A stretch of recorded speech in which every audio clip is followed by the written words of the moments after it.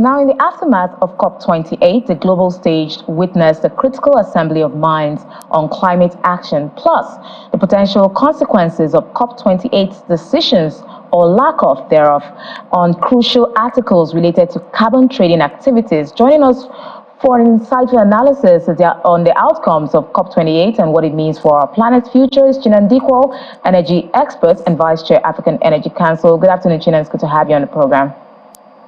Hi, Will. Great pleasure. Really good to see you again. Now, Chinan, with COP28 done, dusted, well, hopefully, could you summarize the key highlights and outcomes from the conference very briefly?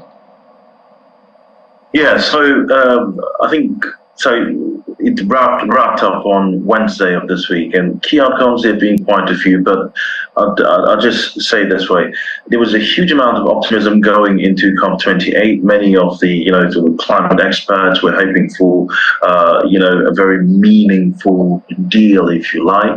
Now that we're finished, quite frankly, I would say the balance of the outcomes have, if you ask me, I'd say moved more towards oil and gas companies than towards climate justice.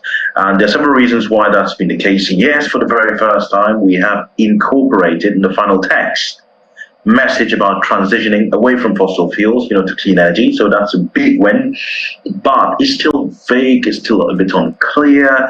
There are no deadlines or deliverables in there. There are no clear commitments in terms of finance and stuff like that. So it's generally a step in the right direction. But quite frankly, I would say, well, many oil and gas companies will be leaving Dubai much happier than they came. That's interesting, because this is the first time we've seen this landmark, historic, everybody coming together, reaching a consensus. But why is the inclusion of language on transitioning away from fossil fuels in COP28 significant? And how does it advance the global discourse on phasing out fossil fuels?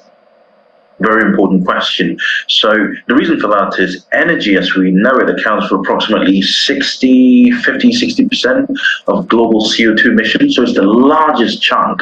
It's basically the largest chunk of CO2 emissions. And it's the reason why, there's all of this climate talk all around. So if you're going to make 1.5 degrees C, 1.5 degrees centigrade, as per the Paris Agreement, if we will hit that deadline, then we would have to start to tackle energy, i.e. oil and gas, yes, also transportation, but primarily oil and gas. So that's the whole significance there. So putting that text in there to say that we're transitioning away from oil and gas into clean technologies is a very powerful and a very forward-thinking step. I think the big debacle here is that it's so little, so late. It's not very definite. It's not clear.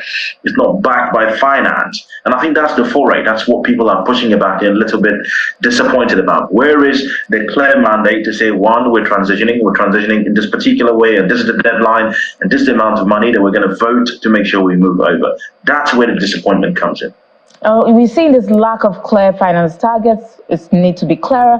But what are the potential consequences of the failure? I'm just reading out here to make decisions on Articles 6.2 and 6.4, particularly concerning carbon trading activities. If there's an absence of international standards for transparency and integrity in carbon markets, what does this mean for Africa, especially, Chinan? So it's a very powerful one because, that article you quoted there, 6.2 and 6.4, they have to do with carbon trading. Okay. And currently there's a bit of carbon trading happening. There's a voluntary market, there's a compliance market. Unfortunately, what's happening in those markets is there is no clarity in terms of what really qualifies as a carbon credit.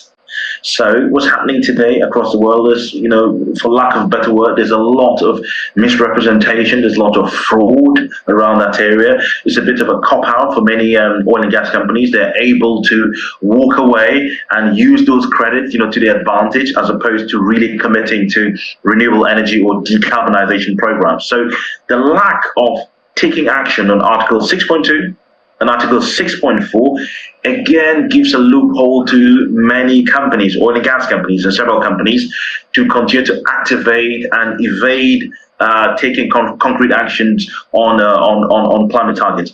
Outside of that, Will, there's also lots of mentions in the text around transition fuels, which, even though they're great, with all due respect, they are very carbon heavy as well. There's also a lot to mention in there around CCS, carbon capture and storage, which again, the oil and gas companies are pushing very aggressively. Okay. But I think on the balance of it, we have made progress in COP28.